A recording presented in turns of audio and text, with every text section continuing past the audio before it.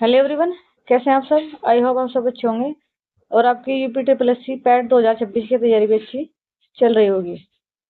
आज हमने एक नई सीरीज शुरू की है घटना चक्र में, जिसमें आपको प्रीवियस ईयर पेपर में जितने भी क्वेश्चन आए हैं अब तक के सब्जेक्ट वाइज में हम आपको कराएंगे। जितने भी सब्जेक्ट वाइज है हम ये क्वेश्चन आपको कराएंगे। इसमें हमारा पहला जो सब्जेक्ट है वो है भारतीय इतिहास। भारतीय इतिहास को 3 भागों में बांटा गया है: प्राचीन भारत का इतिहास, मध्यकालीन भारत और आधुनिक भारत। इसमें जो हमारा पहला जो टॉपिक रहेगा वो रहेगा प्राचीन भारत का इतिहास। प्राचीन भारत के इतिहास में हमारा जो पहला टॉपिक है वह है सिंधु घाटी की सभ्यता। इसका जो पहला क्वेश्चन देखिए, दक्षिण एशिया में पहली नगरीय सभ्यता कौन सी थी? ए चीनी सभ्यता, बी हड़प्पा सभ्यता, सी मिस्र सभ्यता, डी मेसोपोटामिया सभ्यता। सही आंसर है इसका बी हड़प्पा सभ्यता। दक्षिण एशिया में प्रथम नगरीय समाज का उदय हड़प्पा सभ्यता में हुआ। इस सभ्यता के प्रमुख बड़े शहर केंद्र हड़प्पा, मोहनजोदड़ो, राखीगढ़ी, धोलावीरा और गढ़मेरीवाला था। लोथल और कालीबंगा महत्वपूर्ण हड़प्पा स्थल नगर थे। योजना, शिल्प और संस्कृति अत्यंत विकसित थी। अतः दक्षिण एशिया की पहली नगरीय सभ्यता हड़प्पा सभ्यता है। अगला प्रश्न है, हड़प्पा सभ्यता किस युग से संबंधित है? ए पूरा पाषाण युग, बी कांस्य युग, सी लोह युग, डी पाषाण युग। सही आंसर है इसका बी कांस्य युग। हड़प्पा सभ्यता को कांस्य युग की सभ्यता माना जाता है। हड़प्पा वासी कांस्य धातु का प्रयोग करते थे। उपकरणों बर्तनों के निर्माण में कांस्य का उपयोग होता था। इसी कारण हड़प्पा सभ्यता का संबंध कांस्य युग से है। हमारा अगला प्रश्न है, मोहनजोदड़ो शब्द का अर्थ क्या है? ए पसंदीदा शहर, B mount of the dead, C रहने की जगह, डी एक बाजार। सही आंसर है इसका B mount of the dead. Mohenjodaro Sindhu सभ्यता एक प्रमुख नगर था, जिसकी खुदाई राखलाल दास बनर्जी ने वर्ष 1922 में की थी तथा पुरातात्विक महत्व की और ध्यान आकर्षित किया था। मोहनजोदड़ो का हिंदी में अर्थ मृतकों का टीला है। यह पाकिस्तान के सिंध प्रांत में लड़काना जिले में सिंधु नदी घाटी के तट पर स्थित है। अगला प्रश्न है, बनवाली सिंधु घाटी सभ्यता का एक प्रमुख शहर है। वर्तमान में भारत के निम्नलिखित में से किस राज्य में स्थित है? ए राजस्थान, बी गुजरात,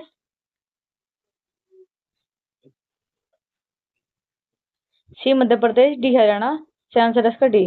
बनावली सिंधु घाटी सभ्यता का एक प्रमुख शहर वर्तमान में भारत के हरियाणा राज्य में स्थित है। यह स्थल प्राचीन सरस्वती नदी के सूखे तल पर स्थित है। इस स्थल का उत्खनन भारतीय पुरातत्व सर्वेक्षण के डॉक्टर आर.एस. बिष्ट द्वारा किया गया था।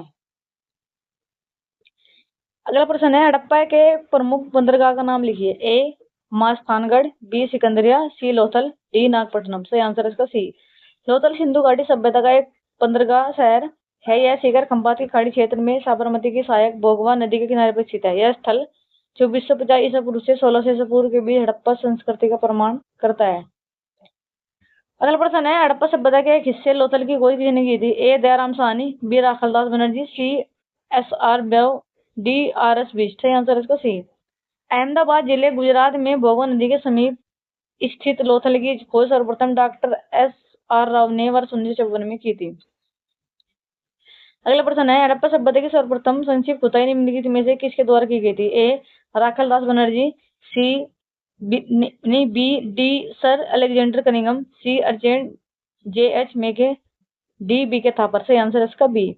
हड़प्पा स्थल की पहली बार संक्षिप्त खुदाई 1872-73 के पूर्वार्ध में सर अलेक्जेंडर कनिंघम द्वारा की गई थी। वही हड़प्पा की पहली व्यापक खुदाई वर्ष 1920-21 में राय बहादुर दयाराम साहनी द्वारा की गई थी। अतः विकल्प बी सही है। अगला प्रश्न, हड़प्पा काल का इनमें से कौन सा नगर 3 भागों में विभाजित है? ए लोथल, बी मोहनजोदड़ो, सी कालीबंगा, डी धोलावीर। सही आंसर है इसका डी धोलावीर। हड़प्पा काल का धोलावीर नगर 3 भागों में विभाजित था। यह गुजरात राज्य के कच्छ जिले में स्थित है। इसे स्थानीय रूप में कोटदंडिम्बा के नाम से जाना जाता है।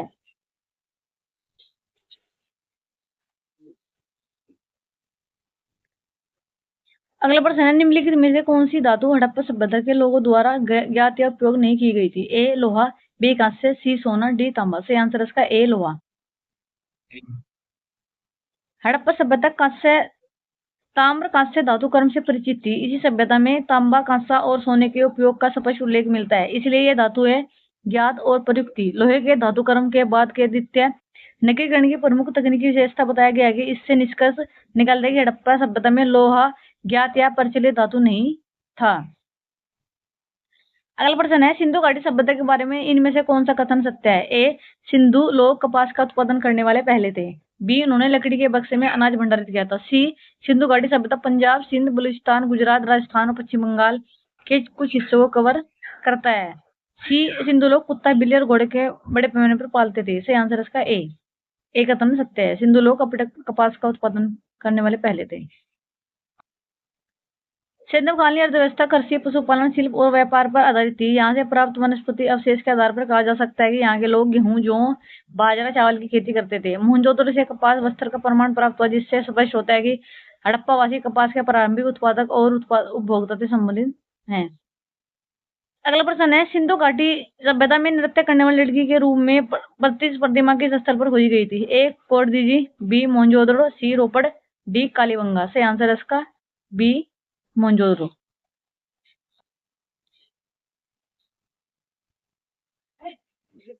सिंधु घाटी सभ्यता की प्रसिद्ध कांस्य प्रतिमा नृत्य करने वाली लड़की मोहनजोदड़ो से प्राप्त हुई थी। मोहनजोदड़ो सिंधु सभ्यता का एक प्रमुख नगरीय केंद्र था। यह प्रतिमा धातु कला और धातु शिल्प के उच्च स्तर को दर्शाती है, इसलिए सही उत्तर मोहनजोदड़ो है। अगला प्रश्न है, हड़प्पा सभ्यता के दौरान डांसिंग गर्ल की कांस्य प्रतिमा बनाने के लिए किस तकनीक का इस्तेमाल किया गया था? ए, पत्थर की नक्काशी, बी, हाथी दांत नक्काशी, सी, लकड़ी की नक्काशी, डी, मोमलोपी ढुलाई या कास्टिंग। सही आंसर है इसका डी। हड़प्पा सभ्यता के दौरान डांसिंग गर्ल की कांस्य प्रतिमा बनाने के लिए मोमलोपी ढलाई, कास्टिंग, लोस्ट वैक्स कास्टिंग तकनीक का इस्तेमाल किया गया था।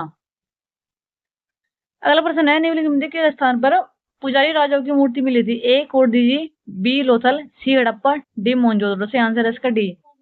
पुजारी राजा की मूर्ति हड़प्पा सभ्यता के मोहनजोदड़ो के स्थल से प्राप्त हुई। यह आकृति, जिसे परंपरागत रूप से पुजारी कहा जाता है, एक शॉल से ढकी हुई थी, जो दाहिने हाथ के नीचे बाएं कंधे से फैली हुई है। अगला प्रश्न है, सिंधु सभ्यता के घोड़े के अवशेष कहाँ मिले? ए, बनवाली, बी, चंदूडो, सी, सुतगेडोर, डी, सुरकोतड़ा। सही आंसर है इसका डी। सिंधु सभ्यता में घोड़े के अस्थियों का अवशेष सुरकोतड़ा गुजरात में स्थित पुरातात्विक स्थल से मिले।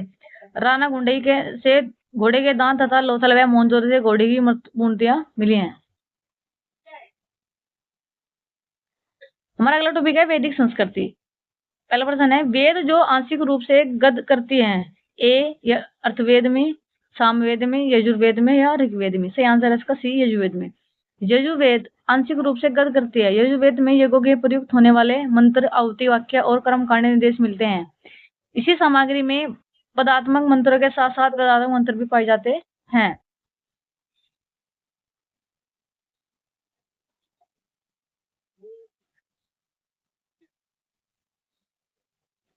अगला प्रश्न है, प्राचीनतम वेद कौन सा है? ए, सामवेद, बी, ऋग्वेद, सी, अर्थवेद, डी, यजुर्वेद। सही आंसर है इसका बी, यजुर्वेद।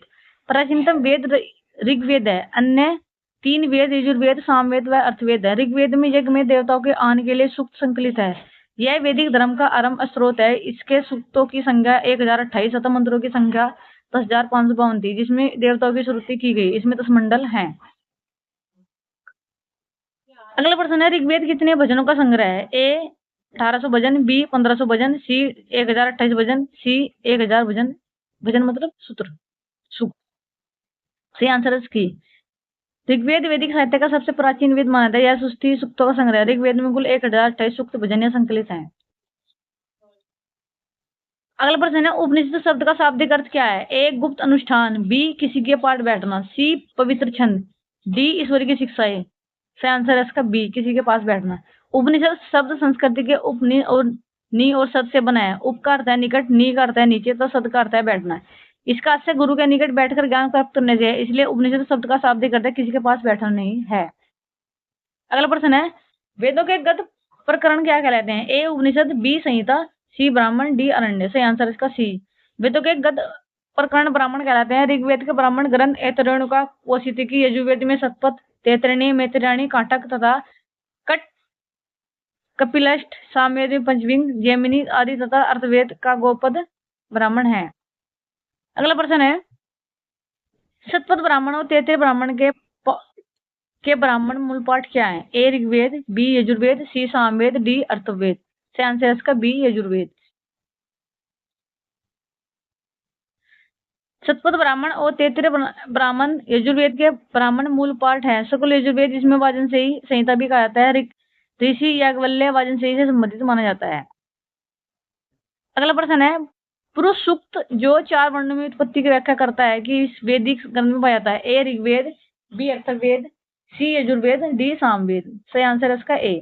ऋग्वेद के दशम मंडल में पुरुष सूक्त का उल्लेख मिलता है। इसमें कहा गया है कि यही प्रसिद्ध पुरुष सूक्त 4 वर्णों में उत्पत्ति की व्याख्या करते हैं। ऋग्वेद 10, 90, 12 में कहा गया है कि ब्राह्मणस्य मुख मासीद बाहु राजन्य कर उरुदस्य यदस्य पद्यो सुद्रो अजायत है।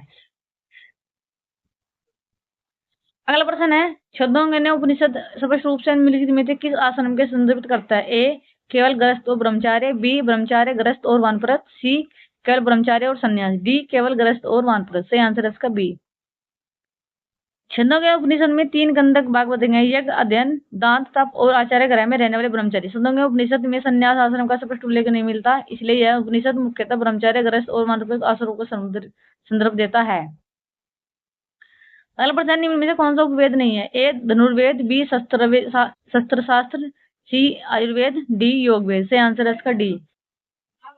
योग वेद को छोड़कर अन्य सभी उपवेद है। आयुर्वेद चिकित्सा संबंधित, गंधर्ववेद संगीत नृत्य से, शिल्प वेद भवन निर्माण से तथा शस्त्रवेद युद्ध की शैली संबंधित है। अगला प्रश्न है, वैदिक देवता इंद्र किससे संबंधित, किसके देवता हैं। ए हवा के, बी तूफान के, सी वर्षा के, डी अग्नि के। सही आंसर है इसका सी।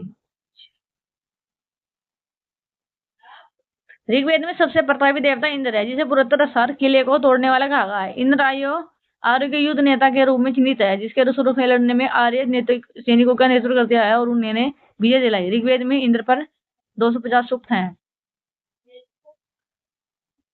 अगला प्रश्न है, पंचगव्य निम्नलिखित में क्या सम्मिलित नहीं किया जाता। ए गाय का दूध, गाय का गोबर, गाय का घी या तुलसी। तुलसी नहीं किए जाते। जो पंचगव्य है इनके 5 तत्व, पंचामृत भी बोलते हैं इसको।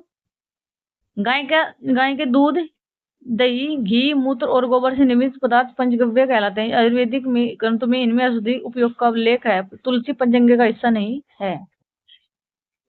अगला प्रश्न है, महाजन्य प्रथा का सर्वप्रथम उल्लेख निम्नलिखित में से किसके प्राचीन ग्रंथ में। ए रामायण में, बी महाभारत, सी शतपथ ब्राह्मण, सी डी उपनिषद। से आंसर इसका सी शतपथ ब्राह्मण।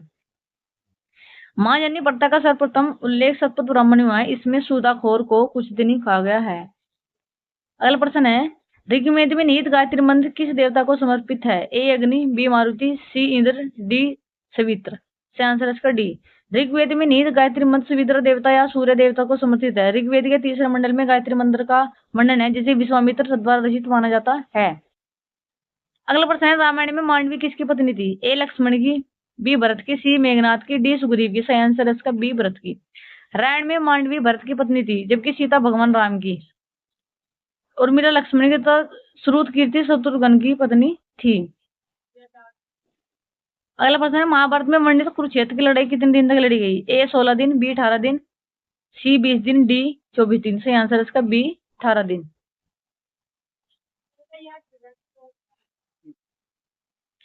महाभारत में वर्णित कुरुक्षेत्र का युद्ध कौरवों और पांडवों के मध्य हस्तिनापुर साम्राज्य के शासन की प्राप्ति के लिए लड़ा गया। यह युद्ध 18 दिन तक लड़ा गया। अगला टॉपिक है हमारा बौद्ध धर्म या गौतम बुद्ध जीवन व उनकी शिक्षाएं। इनका पहला प्रश्न है, निम्नलिखित में कौन सा बौद्ध पवित्र स्थल निरंजना नदी के पर स्थित था। ए बोध गया, बी कुशीनगर, सी लुम्बिनी, डी ऋषिपत्तनम। से आंसर इसका ए।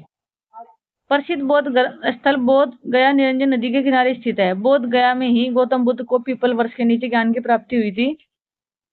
इसके पश्चात वह बुद्ध के नाम से प्रसिद्ध है, तभी से यह स्थल बौद्ध धर्म के अनुयायियों के लिए महत्वपूर्ण। वर्ष 2002 में यूनेस्को द्वारा बौद्ध में स्थित महाबोधि मंदिर परिसर को विश्व विरासत स्थल घोषित किया गया है।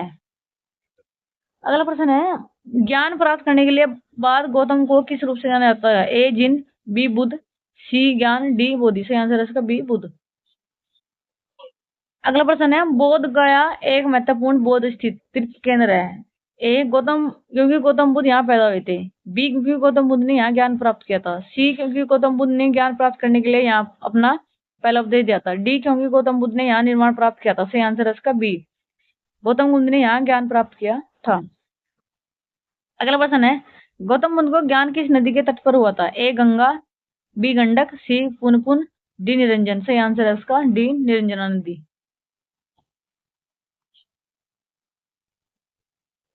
अगला प्रश्न है, किस स्मारक से गौतम बुद्ध ने दुनिया के लिए बौद्ध धर्म के अपने दिव्य ज्ञान का प्रचार किया? ए हुमायूं का मकबरा, बी महाबोधि मंदिर समूह, सी कुतुब मीनार, डी लाल किला परिसर। सही आंसर है इसका।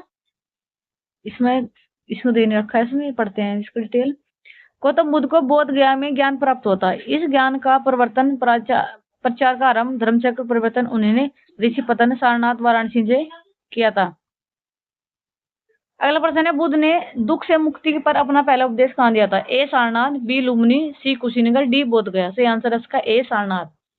बुद्ध ने ज्ञान प्राप्ति के बाद अपना पहला उपदेश सारनाथ में दिया था। इसे धर्मचक्र परिवर्तन भी कहा गया। यह उपदेश दुख के कारण, दुख के समाधान और दुख के समाधान के उपाय में संबंध है। इसे 4 आर्य सत्य कहा है। यह है दुख समुदय, दुख निरोधक तथा दुख निरोधमानी प्रतिपादन।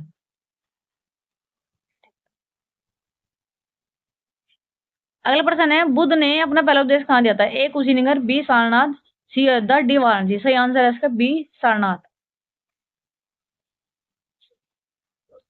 अगला प्रश्न है, बुद्ध ने अपना पहला धर्मोपदेश देते हुए अपने मत की आधारशिला कहाँ रखी थी? ए झांसी, बी बोध गया, सी कौसाबी, डी सारनाथ। सही आंसर है इसका डी।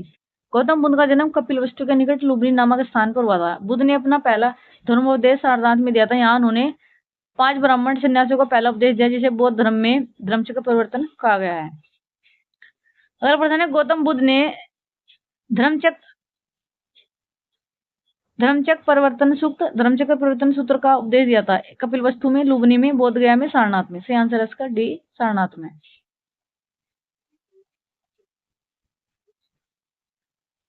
अगला प्रश्न है, बौद्ध के लिए उत्तर प्रदेश स्थित सारनाथ क्यों महत्वपूर्ण है? भगवान बुद्ध को सारनाथ में ज्ञान प्राप्त हुआ था। बी भगवान बुद्ध का जन्म स्थान सारनाथ में हुआ था। सी भगवान बुद्ध का सारनाथ में महापरिवर्तन या महापरिनिर्वाण यानी देहांत हुआ था। डी ज्ञान प्राप्त करने के बाद भगवान बुद्ध ने सारनाथ में अपना पहला उपदेश दिया था। सही आंसर है इसका डी। अगला प्रश्न है, गौतम बुद्ध ने सारनाथ में अपना पहला उपदेश किस अवस्था में दिया था? ए भूमि स्पर्श में, बी ध्यान में, सी धर्मचक्र परिवर्तन मुद्रा में, डी अभय मुद्रा में। सही आंसर है इसका सी।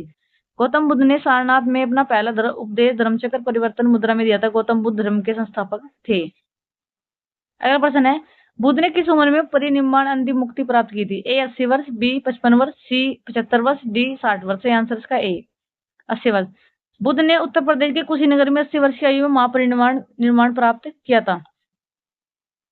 अगला प्रश्न है, बुद्ध को परिनिर्वाण कहाँ प्राप्त हुआ? ए बोध गया, बी कुशीनगर, सी राजगृह, डी वैशाली। सही आंसर है इसका बी कुशीनगर। महात्मा बुद्ध को मल्ल गणराज्य की राजधानी कुशीनारा में लगभग 483 से परिणाम पर आता। बौद्ध ग्रंथों में इसे महापरिनिर्वाण कहा जाता है। बोध गया और रूवेला में महात्मा बुद्ध को ज्ञान प्राप्त हुआ। ऋषि पतनम सारनाथ में उन्होंने अपना प्रथम उपदेश दिया, जिसे धर्मचक्र परिवर्तन की संज्ञा दी गई है। अगला प्रश्न, उस स्थान का नाम बताइए जहाँ बौद्धों की मान्यता के अनुसार गौतम बुद्ध ने अपनी मृत्यु के बाद परिनिर्वाण प्राप्त किया था। ए कौशाम्बी, बी कुशीनगर, सी बदायूं, डी चित्रकूट। सही आंसर है इसका बी। अगला प्रश्न है, बौद्ध धर्म में त्रिपिटक शब्द का अर्थ क्या है? ए बुद्ध के 3 पवित्र विहार, बी 3 टोकरे संग्रह जिनमें बहुत शिक्षाएं हैं, सी बुद्ध के 3 अवतार, डी बुद्ध के 3 प्रथम अनुयायी। सही आंसर है इसका बी 3 टोकरे संग्रह जिनमें बहुत शिक्षाएं हैं। त्रिपिटक या त्रिपित का शब्द का 3 टोकरे या 3 संग्रह हैं। ये बौद्ध धर्म ग्रंथों को 3 प्रमुख भाग है। इनमें विनय पिटक, सूत पिटक और अभिधम पिटक शामिल है। इन संग्रहों में बौद्ध अनुशासन, उपदेश और दार्शनिक विवेक संकलित हैं। अगला प्रश्न है, त्रिपिटक के किस भाग में बुद्ध की प्रारंभिक शिक्षाएं हैं? ए दीपवंश, बी सूत पिटक, डी अभिधम पिटक, डी विनय पिटक। सही आंसर है इसका बी यानी कि सूत पिटक।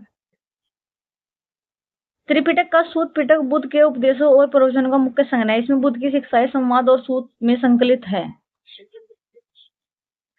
अगला प्रश्न है, पाली में बौद्ध ग्रंथों को आमतौर पर त्रिपिटक यानी 3 फोल्ड बास्केट कहा जाता है। इनमें कौन सा त्रिपिटक में से नहीं है? ए अभिधम पिटक, बी सूत पिटक, सी उपासक पिटक, डी विनय पिटक। सही आंसर है इसका सी। पाली में बौद्ध ग्रंथों को आमतौर पर त्रिपिटक या 3 फोल्ड बास्केट कहा जाता है, जिसमें शामिल सूत पिटक, विनय पिटक तथा अभिधम पिटक।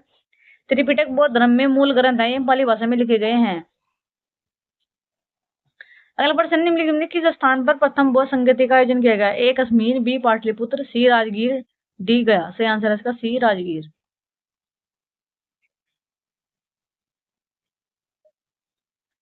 महात्मा बुद्ध की मृत्यु के तत्काल बाद 483 ईसा पूर्व में प्रथम बौद्ध संगति का आयोजन वर्तमान बिहार राज्य के राजगीर राजगृह में हुआ था। अगला प्रश्न है, कनिष्क के शासनकाल के दौरान निम्नलिखित में कौन सी बौद्ध संगति आयोजित की गई थी? ए पहली, बी दूसरी, सी चौथी, डी पांचवी। सही आंसर है इसका सी चौथी। बौद्ध संगतियां और उनके जितनी हुई थी चारों का यहाँ वर्णन है। प्रथम है, ये हुई थी 483 ईसा पूर्व में। स्थान था राजगृह, अध्यक्ष का माँ कश्यप, उस समय का शासक था अजातशत्रु। द्वितीय हुई थी 383 ईसा पूर्व। स्थान वैशाली, अध्यक्ष सबकामी और उस समय का शासक था कालाशेख। तृतीय हुई थी 247 ईसा पूर्व।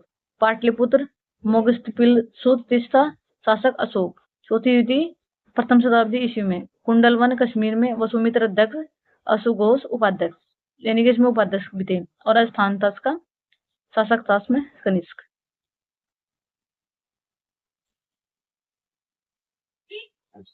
अगला प्रश्न, नागार्जुन कौन थे? एक जैन भिक्षुक, बी एक बौद्ध दार्शनिक, सी एक यूनानी शासक, डी एक वैदिक ऋषि। सही आंसर इसका बी एक बौद्ध दार्शनिक। नागार्जुन एक बौद्ध दार्शनिक थे। वे शून्यवाद माध्यमिक के प्रवर्तक थे। इनकी प्राचीन रचना मूल मध्यम ककारिका है। अगला प्रश्न, राजा बिंबिसार के दरबार में उस प्रसिद्ध चिकित्सक का क्या नाम है जो भगवान बुद्ध के निजी चिकित्सक थे? ए अजातशत्रु, बी सारिपुत्र, सी जीवक, डी राहुला। सही आंसर इसका सी। जीवक प्राचीन भारत के प्रसिद्ध आयुर्वेदाचार्य थे। ये गौतम बुद्ध के निजी चिकित्सक तथा बिंबिसार के राजा चिकित्सक थे। बिंबिसार मगध का राजा था तथा अजातशत्रु बिंबिसार का पुत्र था। अगला प्रश्न, भारत में स्थित किस शहर को विश्व का सबसे पुराना शहर माना जाता है? ए कुशीनगर, बी वाराणसी, सी आगरा, डी सारनाथ। सही आंसर इसका बी वाराणसी। हिंदू पौराणिक कथा के अनुसार वाराणसी काशी विश्व का प्राचीनतम शहर है। बुद्ध काल में वाराणसी काशी महाजनपद की राजधानी थी। अब हमारा अगला टॉपिक है, इसमें जैन धर्म, महावीर जीवन एवं उनकी शिक्षाएं। पहला प्रश्न है, पहले जैन तीर्थक कौन थे? ए महावीर, बी ऋषभ, सी पारसनाथ, डी पद्मनाभ। सही आंसर है इसका बी ऋषभ देव। इसका नाम था, इनका नाम था ऋषभ देव। जैन परंपरा में जैन धर्म के कुल 24 तीर्थकर हुए। जैन धर्म के मूल संस्थापक का या प्रथम प्रवक्ता थे जैन धर्म तीर्थकर थे ऋषभ देव या आदिनाथ। 23वें तीर्थकर पार्श्वनाथ तथा महावीर स्वामी जैन धर्म की 24वीं तीर्थकर थे। इन्होंने 6ठी शताब्दी से पूर्व में जैन धर्म का प्रचार और प्रसार किया था। अगला प्रश्न है, 24वें जैन तीर्थकर के अंतिम तीर्थकर कौन थे? ए पार्श्वनाथ, बी ऋषभ, सी महावीर, डी अष्टनेमी। सही आंसर इसका सी। अगला प्रश्न, भगवान महावीर स्वामी को ज्ञान कहाँ प्राप्त होता है? ए नालंदा में, बी कौशाम्बी में, सी जुम्बिका ग्राम में, डी जनकपुरी में। सही आंसर इसका सी। महावीर स्वामी जैन के धर्म के 24वें तीर्थकर उन्हें जम्बिका ग्राम में के पास रिजुपालिका नदी के तट पर 1 साल वर्ष के नीचे केवल्य ज्ञान प्राप्त हुआ था। अगला प्रश्न, महावीर स्वामी को जिन के नाम से जाना जाने लगा, जिन का क्या अर्थ है? ए महान आत्मा, बी विजेता, सी भगवान, डी इंसक। सही आंसर है इसका बी विजेता। महावीर स्वामी को जिनका नाम जाना जाता है, जिन शब्द का अर्थ है विजेता। महावीर स्वामी को 12 वर्ष में कठोर तपस्या के पश्चात केवल्य ज्ञान प्राप्त हुआ तथा ज्ञान प्राप्त के पश्चात वे केवलीन अर्थ योग्य जिन विजेता तथा निर्गत बंधन रहित कहलाए।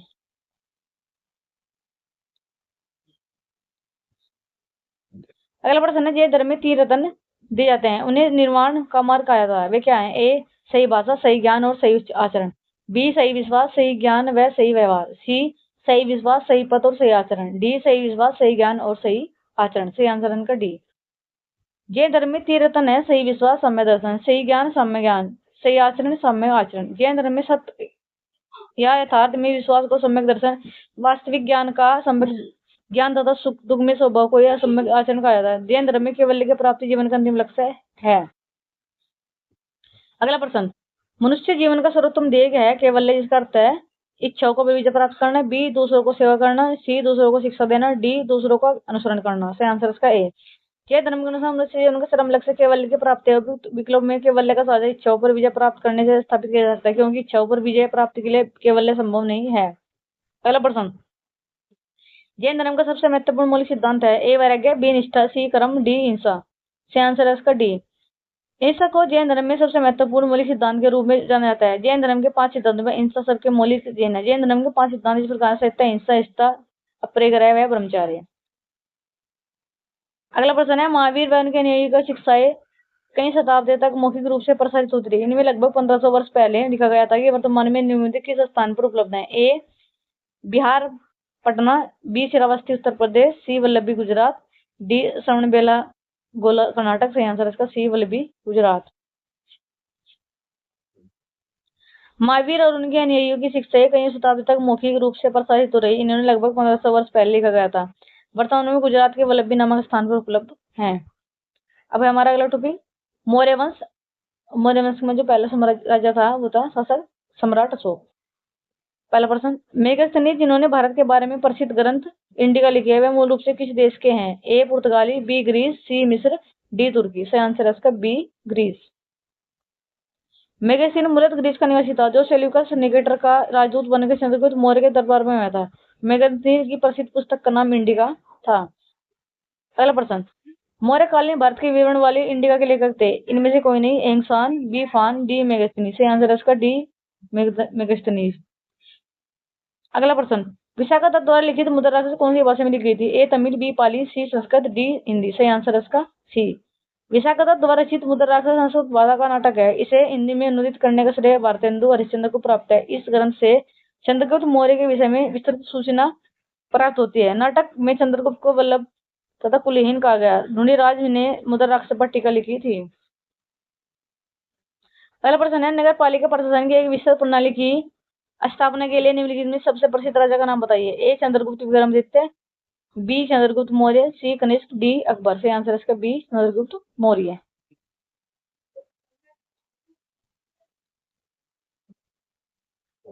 यानी लेखक मेगास्थनीज ने मौर्य के नगर प्रशासन का विस्तृत विवरण दिया। मेगास्थनीज की इंडिका में पाटलिपुत्र के नगर प्रशासन का वर्णन मिलता है। इसके अनुसार पाटलिपुत्र नगर का प्रशासन 30 सदस्यों वाली समिति द्वारा होता है।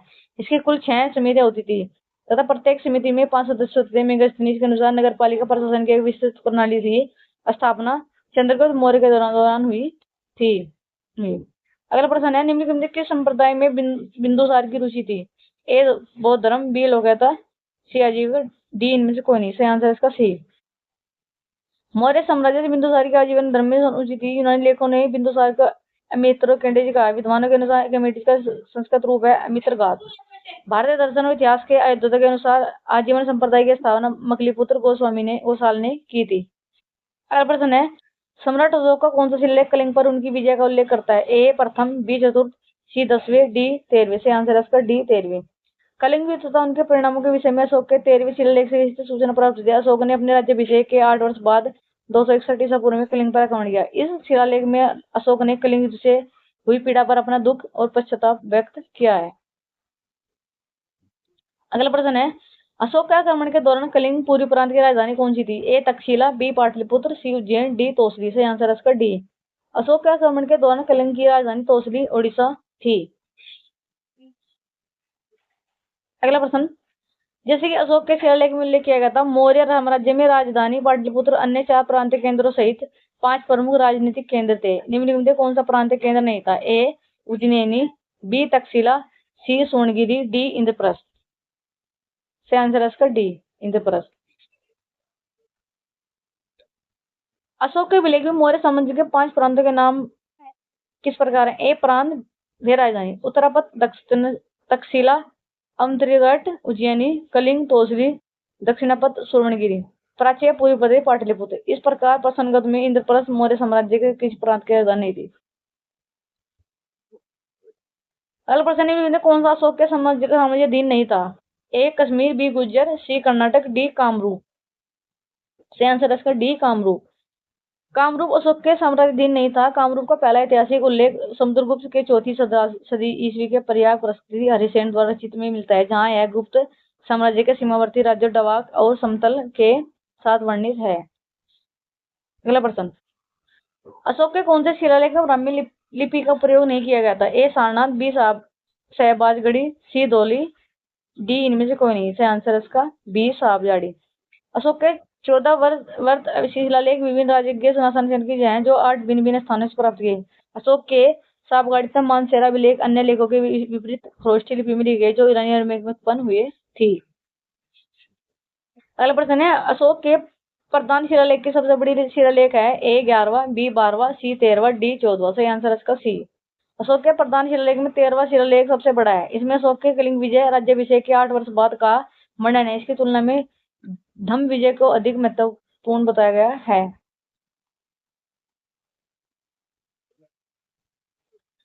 अगला प्रश्न निम्न में कौन से मौर्य काल का सर्वोत्तम प्रतिमान कौन सा है? ए स्तंभ, बी स्तूप, सी चैत्य, डी बारादरी। सही आंसर इसका ए। मौर्य काल का सर्वोत्तम प्रतिमान स्तंभों का माना जाता है जिसमें अशोक द्वारा धर्म के प्रचार हेतु स्थापित करे गए एक अमस्त स्तंभ विशेष रूप से उल्लेखनीय है। अशोक के अमस्त स्तंभों का सर्वोत्तम नमूना सारनाथ का सिंह चतुर्भुज स्तंभ शिल्प है। अगला प्रश्न है अशोक का सिंह चतुर्मुख स्तंभ शिल्प किस एक स्तंभ पर था? ए कनौज, बी गौतम बुद्ध नगर, सी संभल, डी सारनाथ। सही आंसर है इसका डी। सम्राट अशोक एक स्तंभ सारनाथ में स्थित है जिसे अशोक महान ने बनवाया था। सारनाथ स्थित स्तंभ के शीर्ष पर 4 शेर बैठे थे और सभी की पीठ एक दूसरे से टिकी थी। सारनाथ के अशोक स्तंभ को भारत के राष्ट्रीय प्रतीक के रूप में बनाया गया है। सिंह चतुर्मुख स्तंभ के निचले भाग में स्थित चक्र को भारतीय तिरंगे के मध्य भाग में रखा गया है। अगला प्रश्न है मौर्य अर्थव्यवस्था मुख्य रूप से किस पर निर्भर थी? ए कृषि आधारित, बी व्यापार आधारित, सी उद्योग आधारित, डी युद्ध आधारित। सही आंसर इसका ए कृषि पर आधारित थी। मौर्य अर्थव्यवस्था मुख्यतः कृषि अर्थव्यवस्था पर निर्भर थी। भूमि कर जिसे कहा जाता है राजस्व का प्रमुख स्रोत होता है। यह उत्पादन का 1/6 भाग होता है था। अगला प्रश्न देवानाम पीरियड नाम किससे दिया गया है? ए हर्ष, बी अशोक, सी कनिष्क, डी चंद्रगुप्त मौर्य। सही आंसर इसका बी अशोक। देवानाम प्रिय अशोक शासक कहा जाता है। अशोक को दिव्यपुरुष भी कहा जाता है। अशोक का नाम मास्की गुजरात नेसु उदयगोलम के अभिलेख में मिलता है। अशोक को धम्म नीति के कलिंग युद्ध के लिए विशेष तौर पर जाना जाता है। अगला प्रश्न निम्न में से वह कौन है व्यक्ति है जिनका नाम देवानंद प्रियदर्शी भी था? ए मौर्य सम्राट चंद्रगुप्त, भगवान महावीर, गौतम बुद्ध, मौर्य सम्राट अशोक। सही आंसर है इसका डी मौर्य सम्राट अशोक। मौर्य सम्राट अशोक का नाम उसके अभिलेखों में प्राप्त देवानंद प्रियदर्शी मिलता है। अब हमारा अगला टॉपिक गुप्त वंश। इसमें चंद्रगुप्त दिखते हैं। पहला प्रश्न है निम्नलिखित में किस शासन के दरबारी कवि हरिसेन थे? इनमें से कोई नहीं। बी कुमारगुप्त, सी चंद्रगुप्त, समुद्रगुप्त, डी स्कंदगुप्त। सही आंसर है इसका सी। हरिसेन समुद्रगुप्त के दरबारी कवि थे। वे विशेष रूप से प्रयाग पश्चिमी रचयिता के रूप में जाने जाते हैं जिसमें समुद्रगुप्त की वीरतापूर्वक कार्य का वर्णन है। अगला प्रश्न समुद्रगुप्त की परिषदीय संस्कृति एक कविता के रूप में किस कवि द्वारा रचित थी जिसे इलाहाबाद में अशोक स्तंभ पर अंकित किया गया था? ए भारवी, बी बाल, सी हरिसेन, डी पाणभट्ट। सही आंसर है इसका सी। समुद्रगुप्त की परिषदीय संस्कृति में एक कविता के रूप में कवि हरिसेन द्वारा रचित थी। इसमें इलाहाबाद वर्तमान प्रयागराज में अशोक स्तंभ पर अंकित किया गया। हरिसेन राजा समुद्रगुप्त के दरबारी कवि थे। अगला प्रश्न खगोलविद वराहमिहिर और कवि कालिदास किसके दरबार का हिस्सा थे? ए विक्रमादित्य, बी बिंबिसार, सी बिंदुसार, डी पृथ्वीराज चौहान। सही आंसर इसका ए। खगोलविद वराहमिहिर और कवि कालिदास सम्राट चंद्रगुप्त द्वितीय विक्रमादित्य के नवरत्नों में थे। गुप्त सम्राट चंद्रगुप्त द्वितीय की उपाधि विक्रम थी। कालिदास और वराहमिहिर के अलावा अमर सिंह, धन्वंतरी, घटक पर, शरणपर, शंकु, वरुणपति और बेताल भट्ट नवरत्न में शामिल थे। अभिज्ञानम शकुंतल किताब के लेखक कौन थे? ए तुलसीदास, बी सूरदास, सी कालिदास, डी रायदास। सही आंसर इसका सी। अभिज्ञानम शकुंतल लेखक संस्कृत भाषा के महान कवि और नाटककार कालिदास है। अभिज्ञानम शकुंतल के अतिरिक्त विक्रमोर्वशीय, मालविकाग्निमित्रम, रघुवंशम, कुमार संभव, मेघदूत, ऋतुसंहार आदि इनकी प्रमुख रचनाएं हैं। अगला प्रश्न मालविकाग्निमित्र पुस्तक किसने लिखी है? ए भारवी, बी दंडी, सी बास, डी कालिदास। सही आंसर इसका डी कालिदास। अगला प्रश्न गुप्त काल की प्रसिद्ध महिला शासक कौन थी? ए कुबेर गंगा, बी प्रभावती, सी राज्यश्री, डी कुमार देवी। सही आंसर है इसका बी प्रभावती गुप्त। गुप्त काल में प्रसिद्ध महिला शासक प्रभावती गुप्ता थी। वह चंद्रगुप्त द्वितीय की पुत्री थी। वकटक नरेश रुद्रसेन द्वितीय की पत्नी थी। गुप्त काल में प्रभावती गुप्ता वकटक राज्य के संरक्षक के रूप में शासन कार्य संचालन करती थी। अगला प्रश्न है चंद्रगुप्त मौर्य के इस प्रसिद्ध राजनीतिक सलाहकार को निम्नलिखित सभी नामों से जाना जाता है। इसके अलावा चाणक्य, विष्णुगुप्त, कौटिल्य, समुद्रगुप्त। सही आंसर है इसका डी समुद्रगुप्त। कौटिल्य से चाणक्य अथवा विष्णुगुप्त एक राजनीतिक व चंद्रगुप्त मौर्य के प्रधानमंत्री के रूप में प्रसिद्ध था। इनका नाम विष्णुगुप्त, चाणक्य था, कौटिल्य था। अगला प्रश्न, निम्नलिखित किस शासन के दरबार में बहुत से विद्वानों को नवरत्न के रूप में अलंकृत किया था? ए श्रीगुप्त, बी समुद्रगुप्त, डी चंद्रगुप्त, सी चंद्रगुप्त, डी इनमें से कोई नहीं। से आंसर इसका सी।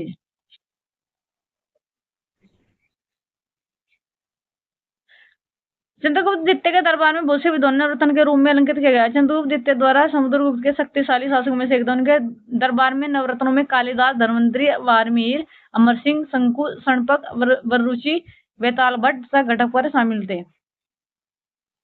अगला प्रश्न है, भारतीय इतिहास में धन्वंतरि कौन थे? ए इनमें से कोई नहीं, बी हर्ष के समय एक प्रसिद्ध नाटककार थे, सी चंद्रगुप्त विक्रमादित्य की सभा को संबोधित करने वाले प्रसिद्ध चिकित्सक, डी चंद्रगुप्त मौर्य के प्रसिद्ध सेनापति। सही आंसर है इनका सी।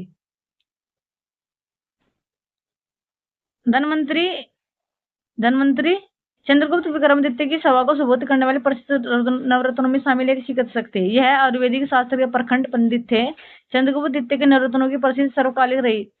नवरत्न ने सर्वोत्तम महाकवि कालिदास थे। हर्षवर्धन कनौज के पूर्व हर्षवर्धन कहाँ का शासक था? ए कौशाम्बी, बी कुशीनगर, सी श्रावस्ती, डी थानेश्वर। सही आंसर है इसका डी थानेश्वर। हर्षवर्धन कनौज के पूर्व थानेश्वर का शासक था। यहीं पर पुष्पवृद्धि वंश की स्थापना हुई थी। राज्यवर्धन की मृत्यु के पश्चात 606 ईस्वी में हर्षवर्धन थानेश्वर की गद्दी पर बैठा था। हर्ष के शासन काल में ही चीनी यात्री हंगसान भारत आया था। अगला प्रश्न है, हर्षवर्धन ने 5 इंडीज को अपने नियंत्रण में लिया था। इनमें से कौन सा 5 इंडीज थे? ए पंजाब, कन्नौज, बंगाल, बिहार, जयपुर, बी पंजाब, कन्नौज, बंगाल, बिहार और उड़ीसा, सी पंजाब, कन्नौज, बंगाल, उत्तर प्रदेश और उड़ीसा, डी राजस्थान, कन्नौज, बंगाल, बिहार और उड़ीसा। सही आंसर इसका बी। शासक हर्षवर्धन ने 5 इंडीज को अपने नियंत्रण में लिया, जिनमें सम्मिलित थे पंजाब, कन्नौज, बंगाल, बिहार, उड़ीसा। हर्षवर्धन को बादामी के चालुक्य वंशी शासक पुलकेशिन द्वितीय से पराजित होना पड़ा।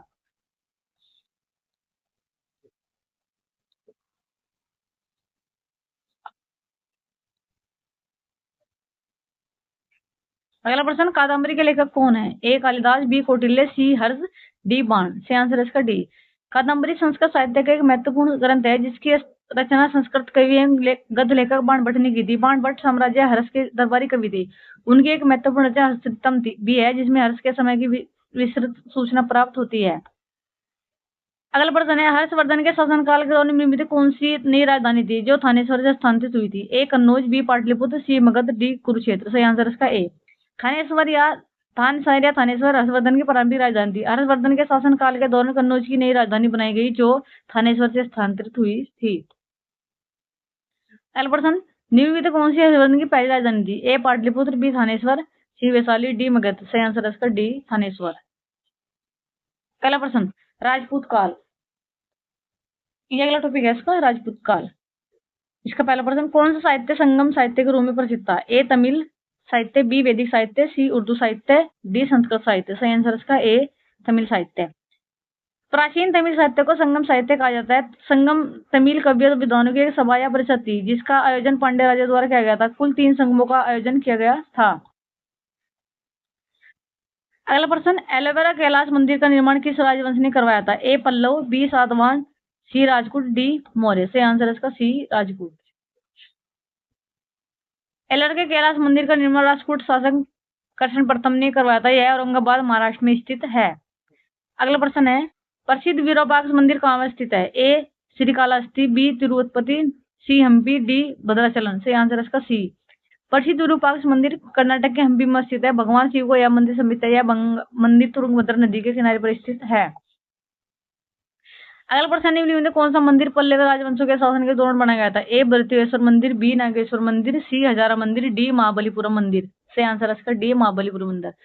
तमिलनाडु में स्थित महाबलीपुरम मंदिर पल्लव शासकों द्वारा बनाया गया था। यह द्रविड़ कला और तमिल संस्कृति का एक प्रमुख उदाहरण है। अगला प्रश्न है, राष्ट्रकूट वंश के संस्थापक कौन थे? ए महेंद्र वर्मन फर्स्ट, बी हर्षवर्धन, सी दंतिदुर्ग दंतिवर्मन, डी सीएम्मा विष्णु। से आंसर इसका सी। राष्ट्रकूट वंश का संस्थापक दंतिगुप्त थे। राष्ट्रकूट कन्नड़ मूल के थे। उनकी मातृभाषा कन्नड़ थी। राष्ट्रकूट शासक कृष्ण प्रथम ने एलोरा के कैलाश मंदिर का निर्माण करवाया था। अगला प्रश्न है, चोल साम्राज्य के संस्थापक निम्नलिखित कौन थे? A Adityavan, B Vijayalaya Chola, C Arinjaya Chola, D Parantaka Chola first. Answer इसका बी विजयालय चोल। 9वीं शताब्दी में चोल राज्य के साम्राज्य की स्थापना विजयालय चोल ने की थी। यह आरंभ में पल्लवों का सामंत था। पल्लवों तथा पांडवों के मध्य हो रहे संघर्ष का लाभ उठाकर तंजौर पर अधिकार कर लिया।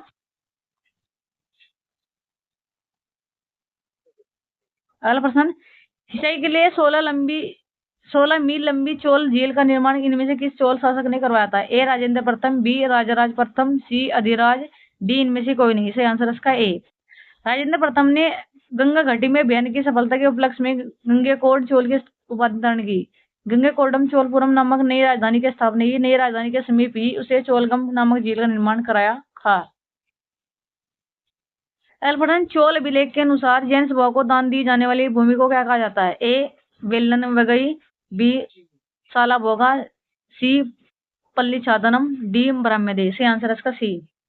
चोल अभिलेख के अनुसार जैन सभा को दान में दी जाने वाली भूमि को परिचिलम पल्ली कहा जाता है। गैर ब्राह्मणों को दी जाने वाली भूमि को वेल्लन वगई कहा जाता है। स्कूलों विद्यालयों की व्यवस्था के लिए दान दी गई भूमि को साला भोग कहा जाता है। ब्राह्मणों को दान में दी जानी भूमि का ब्रह्मदेव कहा जाता था। अगला प्रश्न, निम्नलिखित में कौन सा शिव मंदिर चोल शासकों को संरक्षण नहीं बनाया गया था? ए नटराज मंदिर चिदम्बरम, बी गंगेश्वर मंदिर सिन्नार, सी पलेश्वरनाथ मंदिर तंजावुर, डी बरेश्वर मंदिर गंगई कोडा चोलमपुरम। सही आंसर इसका बी। गौंडेश्वर मंदिर सिन्नार यादव वंश के द्वारा निर्मित कराया गया था। गंगेश्वर मंदिर महाराष्ट्र के नासिक में स्थित है। यह भगवान विष्णु को समर्पित मुख्य मंदिर के साथ 4 अन्य मंदिर सूर्य, विष्णु, पार्वती और गणेश को समर्पित है। अगला प्रश्न है, पाल वंश का पहला शासक कौन था? ए देवपाल, बी रामपाल, सी गोपाल, डी महिपाल। सही आंसर इसका सी गोपाल। पाल वंश का संस्थापक गोपाल था। गोपाल ने लगभग 750 से 770 ईस्वी तक शासन किया। वह बौद्ध मतानुयायी था तथा नालंदा में उसने एक विहार का निर्माण करवाया था। अगला प्रश्न, पाल साम्राज्य भारत के किस हिस्से में संबद्ध है? ए पश्चिम, बी पूर्वी, सी दक्षिणी, डी उत्तरी। सही आंसर इसका बी पूर्वी। पाल साम्राज्य भारत के पूर्वी हिस्से बंगाल बिहार से संबंधित है। पाल वंश की स्थापना गोपाल ने की थी। इस वंश को शासक धर्मपाल ने विक्रमशिला विश्वविद्यालय तथा सोमपुरी में विहारों की स्थापना की थी। अगला प्रश्न, 12वीं शताब्दी का आरंभ में दिल्ली पर किसका शासन था? ए तोमर वंश, बी खिजली वंश, सी सैयद वंश, डी तुगलक वंश। सही आंसर इसका ए तोमर वंश। 12वीं शताब्दी का आरंभ में दिल्ली पर तोमर वंश का शासक था। इस वंश का प्रतिशासक अंगदपाल था। अब हमारा अगला टॉपिक है इसका प्राचीन भारत विविध। ए है प्रश्न नंबर 6 से 14वीं शताब्दी तक निम्नलिखित में कौन सा सबसे शक्तिशाली महाजनपद था? ए अंग, बी मगध, सी वैशाली, डी वज्जी। सही आंसर इसका बी। महाजनपद काल के दौरान 16 महाजनपदों की सूची में सर्वाधिक शक्तिशाली महाजनपद मगध था। इसकी राजधानी राजगृह तथा गिरिवर थी, जो बाद में पाटलिपुत्र स्थानांतरित हो गई। दिए गए प्रश्न में 6वीं से 14वीं शताब्दी को उल्लेख होना तुरंत, क्योंकि महाजनपद काल का प्रारंभ 6वीं शताब्दी से पूर्व के लगभग माना जाता है। अगला प्रश्न, निम्न में सूर्यसेन महाजनपद की राजधानी कौन सी थी? ए चंपा, बी वैशाली, सी काशी, डी मथुरा। सही आंसर इसका डी मथुरा। सूर्यसेन महाजनपद की राजधानी मथुरा थी। चंपा अंग महाजनपद की राजधानी काशी, 16 महाजनपद में महाजनपद था। वैशाली मज्जी महाजनपद की राजधानी थी। अगला प्रश्न, 6वीं शताब्दी से पूर्व में जैन और बौद्ध ग्रंथों में कितने महाजनपद को उल्लेख किया गया? ए 12, बी 16, सी 20, डी 24। सही आंसर इसका बी 16। 6वीं शताब्दी से पूर्व के जैन और बौद्ध ग्रंथों में 16 महाजनपदों को उल्लेख किया गया। 16 महाजनपदों को उल्लेख जैन ग्रंथ भगवती सूत्र में तथा बौद्ध ग्रंथ अंगुत्तर निकाय में मिलता है। अगला प्रश्न, चरक संहिता संबंधित है। गणित, वास्तुकला से, चिकित्सा से, चार राजनीति। सही आंसर इसका सी। चरक संहिता आयुर्वेदिक चिकित्सा का मूल ग्रंथ है। यह प्रसिद्ध ग्रंथ संस्कृत भाषा में, जिसका रचयिता चरक थे। ये कनिष्क के दरबार में राजवेद थे। अगला प्रश्न, निम्नलिखित किसके निरूपित व्युत्पत्ति विज्ञान, भाषा शास्त्र और शब्दार्थ विज्ञान का सबसे पुराना भारतीय ग्रंथ नामक पुस्तक थी? ए महर्षि पतंजलि, बी कालिदास, सी सूर्यकाश्यपि, डी कल्लण। सही आंसर इसका ए। महर्षि पतंजलि ने निरूपित व्युत्पत्ति विज्ञान, भाषा शास्त्र और शब्दार्थ विज्ञान पर सबसे पुराना भारतीय ग्रंथ नामक पुस्तक लिखी थी। अगला नीति सार राजनीति के हित में कौटिल्य के अर्थशास्त्र का प्रारंभिक मूल पाठ शामिल है। निम्न किसके द्वारा लिखा था? ए कामन, बी वीरसेन, सी विष्णुगुप्त, डी श्रीहर्ष। सही आंसर इसका ए कामन गुप्त। नीति सार के लेखक कामन ने यह ग्रंथ मूलतः संस्कृत भाषा में लिखा है। इस ग्रंथ के कौटिल्य के अर्थशास्त्र का प्रारंभिक मूल पाठ शामिल है। अगला प्रश्न, राजा कनिष्क के शासनकाल के दौरान दरबारी चिकित्सक का नाम बताइए। ए सुरुति, बी कश्यप, सी चरक, डी पतंजलि। सही आंसर इसका सी चरक।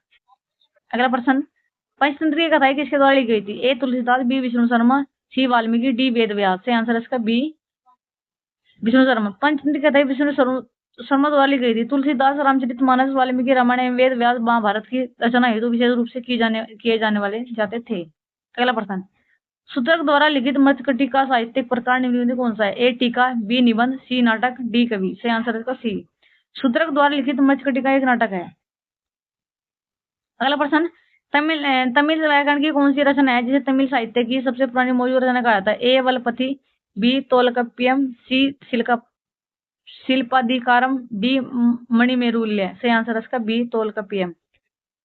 तमिल व्याकरण की रचना तोलकप्पियम के तमिल साहित्य की सबसे पुरानी मौजूद रचना थी। इस पुस्तक के लेखक तोलकप्पियम थे। अगला प्रश्न, निम्नलिखित किस के बीच तक्षशिला शहर स्थित है? ए सिंधु और झेलम, बी झेलम और चेनाब, सी सेनाब और रांची रावी, डी रावी और व्यास। सही आंसर इसका ए सिंधु और झेलम। तक्षशिला शहर सिंधु और झेलम नदी के मध्य अवस्थित था। तक्षशिला वर्तमान पाकिस्तान के अवस्थित है। तक्षशिला प्राचीन भारत का एक शैक्षिक केंद्र था एवं विश्वविद्यालय के लिए प्रसिद्ध था। चाणक्य तक्षशिला विश्वविद्यालय का आचार्य था। अगला प्रश्न, भारत में नवपाषाण काल गुफा चित्रकला कहाँ मिलती है? ए जंतकी गुफा, बी उदयगिरी, सी मेहरगढ़, डी भीमबेटका। सही आंसर है इसका डी। भारत में नवपाषाण कालीन गुफा चित्रकारी में कुछ उदाहरण भीमबेटका में यद्यपि भीमबेटका मध्य पाषाण कालीन गुफा चित्रकारी हेतु प्रसिद्ध है। भीमबेटका मध्य प्रदेश के विंध्य के पर्वत श्रृंखला में पदस्थलित स्थित है। यह यूनेस्को के विश्व विरासत स्थलों में शामिल है। अगला प्रश्न, निम्नलिखित में किस युग में तांबे का पहली बार उपयोग किया गया? मध्य पाषाण युग, नवपाषाण युग, पूर्वपाषाण युग, ताम्रपाषाण युग। सही आंसर है इसका डी। तांबे का पहली बार उपयोग ताम्रपाषाण युग में हुआ था। अगला प्रश्न, निम्नलिखित भारत में स्थित किस प्राचीन विद्यालय में यूनेस्को विश्व विरासत स्थल में शामिल है? ए विक्रमशिला, बी नालंदा महावीर, सी वल्लभी, डी बनारस हिंदू विश्वविद्यालय। सही आंसर इसका बी नालंदा महावीर। भारत में स्थित प्राचीन नालंदा महाविहार यूनेस्को विश्व विरासत स्थल में शामिल है। नालंदा महाविहार स्थल भारत के बिहार राज्य में। इस महाविहार विद्यालय की स्थापना 5वीं शताब्दी के दौरान गुप्त शासन काल कुमार गुप्त प्रथम ने की थी। अगला प्रश्न है, दी गई जानकारी के राजवंश की पहचान करें। पहला पॉइंट, पुष्यमित्र ने इस वंश की स्थापना की। उनके प्रभुत्व दक्षिण में नर्मदा नदी तक फैले। पाटलिपुत्र, अयोध्या और विभिन्नता के शहर शामिल थे। उन्होंने 2 अश्वमेध बलिदान दिए। उन्होंने बैक्ट्रिया राजा डेमेज को भी हराया। राजवंश का नंबर राजा बागभद्र था। पंतजन्य गौरव कथा महाभाष्य इस समय के दौरान लिखी गई। ए कमंड राजवंश, बी दासवंश, सी चोल वंश, डी सोंगवंश। आंसर इसका डी चोल वंश। मौर्य वंश के अंतिम शासक बृहदर्थ को उसके ब्राह्मण सेनापति पुष्यमित्र को मारकर मगध के शंगु वंश की स्थापना की। शंगु वंश का अंतिम सम्राट देवभूमि था। अगला प्रश्न, निम्नलिखित में कौन सा सही जोड़ा नहीं है? एडी 1709 से औरंगजेब की मृत्यु, एडी 622 मुस्लिम युग की शुरुआत, एडी 78 संवत, बीसी 261 कालीन युग। सही आंसर इसका ए। औरंगजेब की मृत्यु 1709 में नहीं 1707 में हुई थी। अगला प्रश्न, निम्न में किस स्थान पर अजंता एलोरा की गुफा स्थित है? ए लखनऊ, बी औरंगाबाद, सी दिल्ली, डी बेंगलुरु। सही आंसर इसका बी औरंगाबाद। अजंता एलोरा की गुफा औरंगाबाद महाराष्ट्र में स्थित है। अगला प्रश्न है, निम्न में किस क्रम में भारत आए? कौन कौन आए? टॉमस रो, फान, हिंगसान। सबसे पहला आया था इनमें फान, फिर आता हिंगसान, लास्ट में आया था टॉमस रो। इसकी डिटेल लिखो। टॉमस रो जहांगीर के शासन में ब्रिटिश के राजा जेम्स प्रथम के दूत के रूप में 1615 में सूरत पहुंचा। चंद्रगुप्त द्वितीय के शासनकाल में चीनी बौद्ध यात्री फांग यान 402 से 412 भारत आया। चीन यात्री हिंगसान हर्षवर्धन के समय में भारत आया। उसकी उत्कट अभिलाषा महात्मा बुद्ध के चरण चिन्हों में पवित्र की गई स्थानों को देखने उस समय भारत में सुलभ थे। अगला प्रश्न, विश्व प्रसिद्ध खजुराहो मूर्तिकला स्थित है? ए महाराष्ट्र में, बी उड़ीसा में, सी मध्य प्रदेश में, डी गुजरात में। सही आंसर इसका सी मध्य प्रदेश में। विश्व प्रसिद्ध खजुराहो मूर्तिकला मध्य प्रदेश में स्थित है। इनका संबंध चोल वंश के शासकों से है। अगला प्रश्न, निम्नलिखित में से कौन सा एक अनुचित युगम है? ए खजुराहो चोल राजवंश, बी हम्पी समरकंद समूह विजयनगर राजवंश, सी लिंगराज मंदिर सोमवंशी, डी हजारा स्तंभ मंदिर काकतीय राजवंश। सही आंसर इसका ए खजुराहो चंदेल राजवंश, हम्पी समरकंद समूह विजयनगर राजवंश, लिंगराज मंदिर सोमवंशी राजवंश, हजारा स्तंभ मंदिर काकतीय राजवंश। अतः खजुराहो चंदेल राजवंश हमने न कि चोल वंश। आई होप आपको हमारी क्लास अच्छे लगे। अगर आपको हमारी क्लास अच्छी लगे तो वीडियो को लाइक कीजिए, शेयर कीजिए और चैनल को सब्सक्राइब कीजिए। थैंक यू, धन्यवाद।